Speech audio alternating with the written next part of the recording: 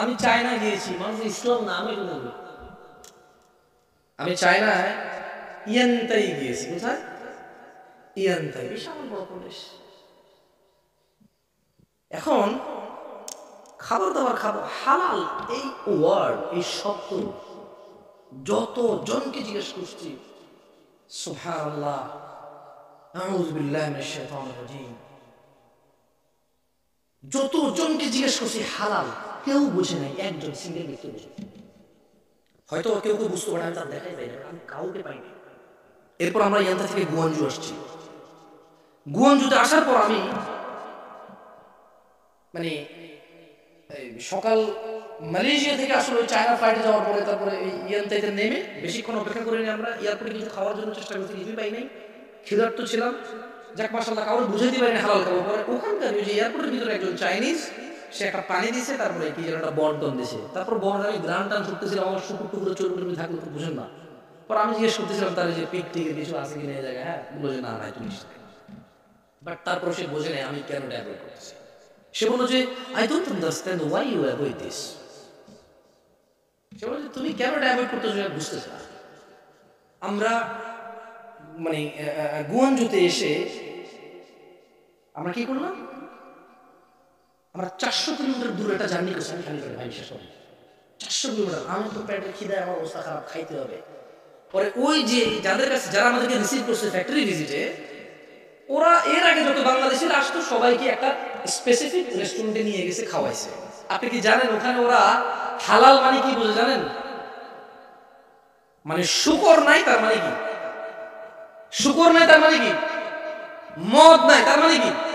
হালাল। কিন্তু যে বিসমিল্লাহ বলে জব করতে হয়, বিসমিল্লাহ বলে জব করতে যেতে কোনো ঝামেলা। এবং বাংলাদেশিরা, পাকিস্তানিরা, ইন্ডিয়ানরা, সৌদিরা, কুয়েতিরা, এই পুরো পৃথিবীর সমস্ত মুসলিম আমরা অপারগ হয়েছি। আমরা ওদের কাছে গিয়েছি, কিন্তু আমরা ওদেরকে বুঝাইতে পারি না যে ইসলামে বিসমিল্লাহ বলে আল্লাহর নাম ব্যতীত যদি কোনো পশু জবাই করা হয় খাওয়া যাবে। এই মুসলমানরা যারা যায় তার মানে সবার কথা জানে না, কেউ হয়তো খাইছে, ও শুকর নাই, মদ নাই, ঠিক আছে খাও। এখন চাইনিজ যারা আমাদেরকে রিসিভ করছে তাদের একটা আইডিয়া হয়ে গেছে যে যেই রেস্টুরেন্টে মদ আর শুকর নাই, পর্ক শুকর নাই, ওটাই হালাল, ওটাই কি হালাল। আমি ওখানে খেতে পারলাম না, আমার রুচি হলো, আমি কোথাও। এরপর আমরা ওই ফ্যাক্টরি থেকে আবার 400 কিলোমিটার দূরে আসছি, যেখানে আমাদের থাকার কথা। আসার পর আমি গুগলে সার্চ করে দেখলাম যে কোনো তেমন কিছু পাইনি। একটা বাংলাদেশি রেস্টুরেন্ট পাইছিলাম গুগল ম্যাপে, আর একটা লেবনানি রেস্টুরেন্ট পাইছি। আপনি বিশ্বাস করবেন, এরপরে আইসা ওই লেবনানি রেস্টুরেন্টে ঢুকছি, ঢোকার পরে খানা খাইতে বসছি, রাতের 9টা বাজার বলে বুঝতে পারবো না। এরপর আমি ওই যারা আমাদেরকে রিসিভ করছে চাইনিজ, ওদেরকে বললাম যে তোমরা কি এটা খাবা? সে আমার কি জবাব দিচ্ছে জানেন? বলছে যে উই ইট এভরিথিং। সে আমার কি বলছে? We eat everything. ওয়াল্লাহি কসম বিল্লাহি তাআলা, আল্লাহর কসম, আমি এই যে হাদিসটা যে বাদা আল ইসলাম গরিবা, ইসলাম অপরিচিত অবস্থায় সূচনা, মানে অপরিচিত অবস্থায় কি হয়েছে? ইসলামের সূচনা হয়েছে। এবং অচিরে ইসলাম অপরিচিত হয়ে যাবে, কেউ চিনবে না। আমি বুঝতে পারি না এই জিনিসটা যে কেমন হবে, কেমন সম্ভব যে ইসলাম নাম শুনবে না। আচ্ছা, সে ধর্ম মানলো না, সে গুনাহ করলো, শিরক করলো, মদ খেলো, জুয়া খেলো, জানা করলো, মারামারি করলো, খুন করলো, ডাকাতি করলো, ইসলাম জানবে না মানে কি? অপরিচিত মানে কি? মানে হোয়াট ইসলাম কি? আমি চায়না ইয়ান্তাই আর গুয়াঞ্জুতে গিয়ে, গুয়াঞ্জুতে মুসলিম কিছু এরিয়া আছে, কেমন যখন আমি ইয়ান্তাই ছিলাম এবং গুয়াঞ্জু যখন 400 কিলোমিটার দূরে গেছি, চায়না তো 130-150 কোটি মানুষ, রাইট?